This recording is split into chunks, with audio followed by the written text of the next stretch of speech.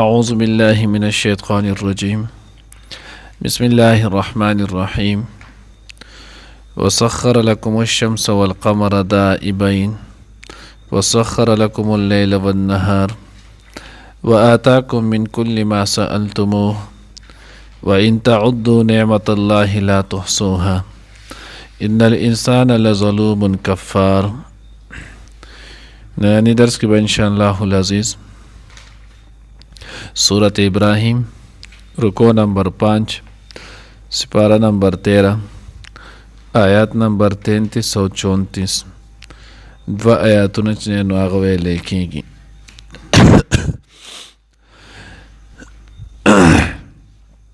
دینه مخکې آیات کې هم تیر شو. الله جل جلاله وی ما ستاسو د پاره چې نو هغه اسمان نه چې نو اوبه راورو، ځمکې نه درته فصلونه او رزق راټوکوم، دغه شانتې مې ستاسو دپاره کشتۍ او دریابونه مسخر کړي دي. نو اوس دې آیات کې الله جل جلاله فرمایي وسخر لکم الشمس والقمر، ما ستاسو دپاره مسخر کړي دي سپوږمۍ، نور او سپوږمۍ. حالانکې دا د الله رب العزت چې نو هغه مخلوق کې وکتلی شي لوی مخلوق دی. اگر یو نور د ځمکې نه چې نو هغه څومره چنده چې نو هغه غټ دی، نو دا دومره لوی مخلوق دا ما هم ستاسو مسخر کړي، ستاسو دپاره مې تابع کړي دي. دائبین دوام سره دوی چې نو هغه چلیږي، د کم وخته پورې چې الله پاک دوی ته ویلي هم تر هغه وخته پورې دوی چې نو هغه جاري او ساري وي. کله چې د الله حکم رالو قیامت چې نو هغه برفا کېږي، نو په هغه وخت کې و بیا دوی کار چې نو هغه پرېږدي، الله به ریزه ریزه چې دی نو هغه کې اذا الشمس کوورت و اذا النجوم انکدرت. کله چې الله چې نو هغه دنیا نظام ختموي، نو دغه انور دا به بې نوره کې الله پاک دی به چې نو هغه ارتاو شي، ټوټې ټوټې به شي، ستوري چې نو هغه به ټوټې ټوټې شي، بې نوره به شي. الله وایي دی چې نو هغه مې مسخر کړي دي. ذهن ته چې نو هغه دا خبر راتله چې څنګه مسخر دی. نور او سپوږمۍ دا خو زمونږ په منشا زمونږ چې نو هغه د مرضۍ متعلق نه چلیږي، په هغه خپل مرضۍ باندې روان دي، ځي او راځي. نو الله وایي ما دا نه دی چې مسخر کړی چې ستا په حکم به چلیږي. ولې د انسانانو فطرت چې دی نو هغې کې خو تضاد دی. اوس که چېرته الله پاک نور چې نو هغه د انسانانو تابع کړی وي، چې یو کس به یې چې نن دی نو هغه سهار په 10 بجې راوخېږي، بل به یې چې یاره ماله خو خوب نه راځي، ثابته شپه مې چې نو هارون کړې ده، اوږدې اوږدې شپې سهار د وخته چې نو هغه دې راوخېږي. یو به یې چې انور چې نو هغه دې تیز شي، بل به یې چې انور چې نو هغه دې مدم شي، جو روزانه به دا غوینا چې نو غویما او ستړي به. نو الله ما مسخر کړی دي، ستاسو په اختیار کې مې نه در کړی، ستاسو دپاره مې مسخر کړی دي، ځکه په نور په رڼا کې بېشماره فایدې د انسانانو دپاره دي. د انسانان چې نو د هغې نه د دوی فصلونه پرې راټوکېږي، فصلونه چې نو هغه پرې پخېږي، د انسان د وجود دپاره چې نو هغه دنیا شي فایدې پکې دي. نو دا الله وایي ما ستاسو دپاره چې نو هغه کړي. سپوږمۍ په رڼا کې الله رب العزت چې نو فصلونو میوو کې چې نو هغه خوږوالی ذایقه چې نو هغه اچوي. اوس دا شیزونه الله جل جلاله د انسان دپاره پیدا کړي، خو په حکم د الله ګرځي، د الله رب العزت چې نو هغه د حکم مطابق ګرځي. الله رب العزت د مرضی چې څنګه غواړي هم اقا شانتی ګرځي.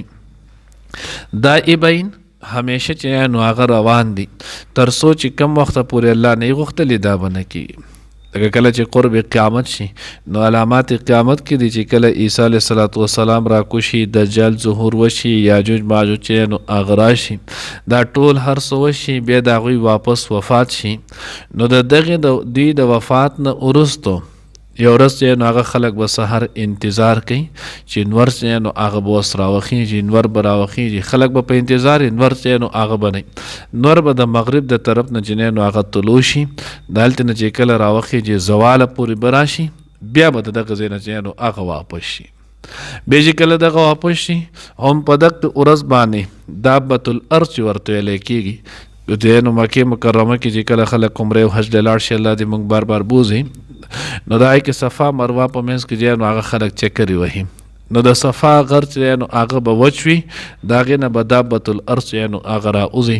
انسانانو سره به خبرې کوي باقاعده به چې دا مسلمان دی دا کافر دی بعضې چې نو روایتونو کې راځي چې د کافر په مخ باندې به چې نو تندي باندې به کافاره چې نو هغه لیکي هم نو دغه دابة الارض دا به هم په دغې ورځ راوځي نو چې کله وشي بیا د دغې نه وروسته انسان توبه وباسي د ده توبه به نه قبلېږي د نیک عمل کوي بیا به نور نه بس د دغې نه مخکې چې څه شوي دي هم حق کوي بیا روایتونو متعلق راځي چې نو هغه 100 کاله بعض روایتونو کې راځي 120 سال 100 کاله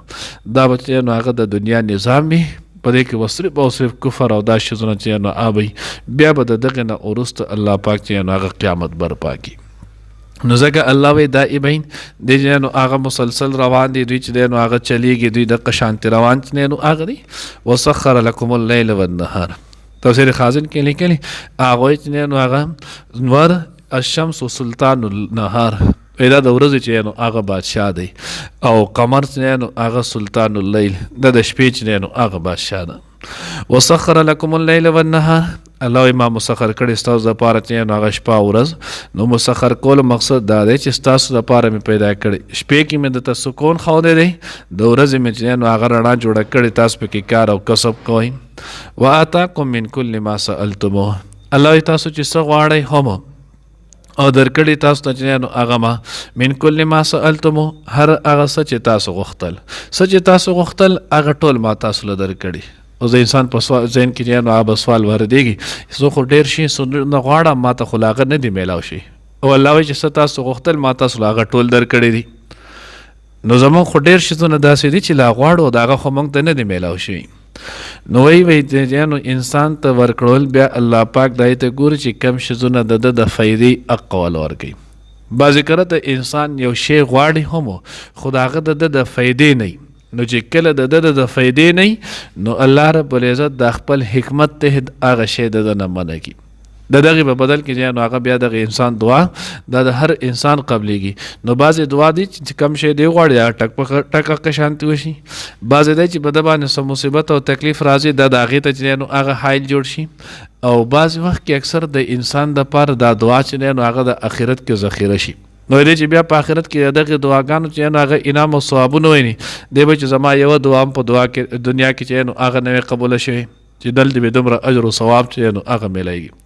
نو الله وایي زه هر څه ورکوم تاسو چې څه غوښتلې هغه ټول دل درکوم خو چې کم ستاسو د فایدې دي کم کې چې ستاسو فایده نشته نو خیر که تو یې غواړې خو هغه موږ تاله درکوم دا هم د الله رحم دی ځکه موږ خو هر شی غواړو که زموږ پکې فایده یو که نه موږ خو د خپلې پیدې نه نه خبر خو موږ له الله دا راکړي نو بعضې وخت کې اکثر انسان په هغې کې پیدا نه حضرت لیکلی وي د هغې مثال داسې دی لکه یو سړی باندې چې نو هغه هیزه راله کېړې دړ چې نو آب رالو ډېر چې نو هغه خراب شو نو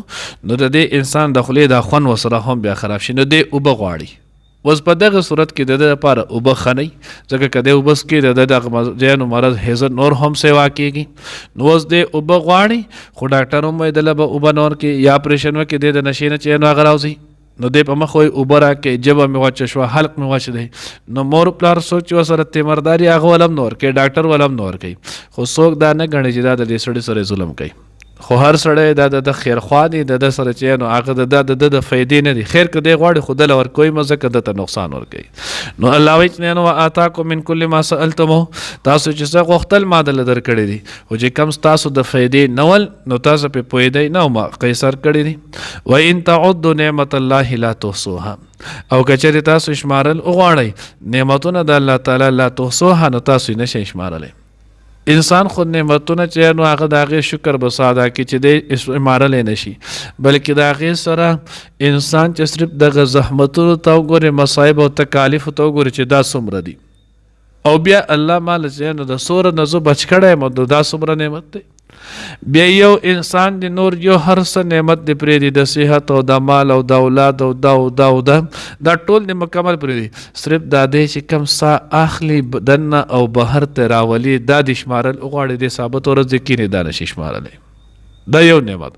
دا ساه چې کله لږ چې نو هغه ایثار شي بیا دته څومره تکلیف وي بیا د دغې ساه د بحال کولو دپاره چې نو هغه دی څومره محنت کوي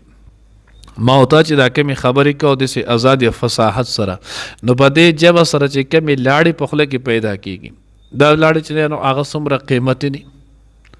د دې څومره قیمت چې دی نو هغه دی دا څومره د خدای لوی نعمت دی، ټول اعضا هر څه شته، خو چې دې ژبې کله کار پرېښودو دا لاړې نه جوړوله،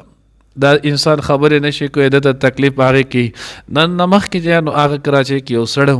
او د هغه ته دقه شانتې مسله راغلې وه، په هغې وخت کې د هغه به په 1000 روپۍ د چې نو هغه یو پلته کولی د دې دپاره اخیستلی، په 1000 روپۍ په هغه وخت کې د نن نه 35-40 سال مخکې چې نو هغه خبره ده، په 1000 روپۍ به یو پلته کولی اخیستې چې د ده په خولې کې بیا لاړې جوړېږي. اوس نن سوچو که د هغې به څومره قیمتي دغه لاړې څومره زنګ په خوله کې جوړېږي، دس ډیر شي هر نعمت. ځکه خو بیا داود علیه السلام الله پاک تعریف هم وکړو، داود علیه السلام نو الله پاک ته یا الله ستا شکر څنګه ادا کړم، ستا شکر خو نشو ادا کولی، ځکه چې زه شکر ویم یا الله ستا شکر دی یا ربی لک الحمد، نو په دې کې زه 2 پیرې سا اخلم، یو پیره بهر ته یو پیره چې نو هغې دنده، نو شکر یو وباسم او سا چې دی نو هغه 2 پیرې نعمت استعمالوم، نو الله ستا د شکر موږ نشو ادا کولی، موږ د هغې نه قاصر یو. الله رب العزت ورته الان یا داود شکرت، الان اے داود نن وس چې نو هغه د شکر ادا کو چې د خپل ځان چې نو هغه اعتراف دی کو چې زه کمزور یم، زه چې نو هغه ستا شکر نشم ادا کولی، بس دا ستا چې نو هغه شکر کامل دی. نو الله وایي و ان تعدوا نعمت الله لا تحصوها، الله چې څومره نعمتونه درکړي که تاسو شمارل وغواړئ نو دا نه، نو د الله نعمت شمارئ په ځان باندې، د الله پاک نعمتونه چې لکم الله درکړي دي دغې ته ګورئ، نور چې نو هغه د دی د وجې حدیث مبارکه کې راځي وایي تاسو په دنیا کې د ځان د لاندې خلکو ته ګورئ، نو چې کله تو د ځان د دنیا کې لاندې خلکو ته کمزورو خلکو ته ګورئ نو تاله د خدای کم نعمتونه درکړي ته باید د شکر ګزار شي، او که د ځان نه دی نو هغه باندې خلکو ته قتل شروع کول نو الله چې کم نعمتونه درکړي د دې به ناشکر شي، او بیا الله پاک سي نو سزا ورکوي. او په دین کې د ځان نه اوچتو خلکو ته باندې خلکو ته ګورئ، نو چې کله تو د دین کې د ځان نه باندې خلکو ته ګورئ نو خپل عمل به ته کم ښکاري، بیا به تو عمل نور هم سیوا کوي، او که په دین کې چې نو هغه د ځان نه لاندې خلکو ته وکتل نو بیا به په خپل لږ عمل باندې چې نو هغه غاویره شي، او بیا به دنه لوی چې نو هغه څه شي حصه به دنه د دنیا ضایع شي. کتاب زهد کې نو هغه روایت دی، نبی رسول الله والسلام ما من عبد مات او کما قال علیه السلام چې بنده داسې یو بنی آدم نه مگر دا چې د کله مړ شي الا ندیمه دی چې نو هغه پیمانه صحابه عرض وکړه الله رسول څنګه پیمانه نو کده محسن وي نیکی کوونکی د بیا مخ پیمانه چې ما دا نیکی ډیره ولې نه کوله، او کده ګناهګار وي نو بیا مخ پیمانه چې یاره دا ما ګناهونه کړي اوس پر راته الله سوی اوس نو الله د عذاب مستحق کېږم. نو دې وجې نه وایي نعمت چې کم الله درکړی په دې شکر ځان نه چې نو دنیا په اعتبار سره لاندې د دین په اعتبار سره ځان نه چې نو اوچتو خلکو ته ګورې دې دومره محنت کولی شي زه ولې نشم کولی، نو بدې بستا ته نو مزید هم راځي. ان الانسان لظلوم، بېشکه انسان ډېر ظالم دی، کفار او ډېر ناشکره دی. اوس وګوره ظلم دی ته نه وایي مونږ چې نو هغه ښه ګورو دا کار ګناه دی، دا د الله د غضب ذریعه ده، دا د الله د پیغمبر د ناراضګۍ کار دی، او د هغې ټولو خبرو باوجود بیا کوو نو دا ظلم نشولو، او دا ظلم مونږ ای روز صورت چې نو هغه په ځان کوو، او الله وایي ناشکر دی، الله ول دا هر څه وله الله ورکړی دی په هغې ټولو کې د الله نافرماني کوي. نو د نعمت اصل شکر دا دی چې په دغې نعمت کې د الله کم حکم دی ته پکې د قادا کې، د نعمت اصل شکر دی، او که ته پکې د الله د هغې حکم مطابق او پیغمبر طریقې مطابق دغه کار ونه کې دا د نعمت شکر نه دی. لکه مثال په طور کې اوس بانګ وي ماسخوتن بانګ ویلو، اوس الله انسان له صحت ورکړی، قوت والا ورکړی دی او وخت والا ورکړی، او دی په کټ کې ناست دی او تسبیح اړی شکر دی شکر دی شکر دی الله ستا شکر دی لاک لاک شکر دی، خود مونځ یې ونه کړو جماعت ته رانلو مونځ یې د ماسخوتن ونه کړو، دا شکر د الله په رض باندې قبول نه دی، ځکه دله چې کم نعمت ورکړو د دغې نعمت شکر دا و چې دی پې د الله حکم او د الله پیغمبر طریقه دقه پوره کړي، داسې په هر شي کې دی. الله دې موږ ته صحیح پوهه نصیب کړي. وسخر لكم الشمس او تابع کړي مسخر کړي د تاسو د پاره چې انوار والقمر او سپومۍ دائبین چې همیشه روان دي. وسخر لكم الليل او تابع کړي د تاسو د پاره شپه او نهار او ورځو. واتاکم او درکړي د تاسو ته من کل ما هر هغه سألتموه چې تاسو غوښتلی دي داغنه. وان تعدوا یا تاسو غوښتلی دي. وان تعدوا او کچری تاسو شمارول غواړئ نعمت الله د نعمتونه د الله تعالی لا تحصوها نو تاسو به شمار نکړئ. ان الانسان بشک انسان لظلوم ډیر ظالم کفور ناشکر دی.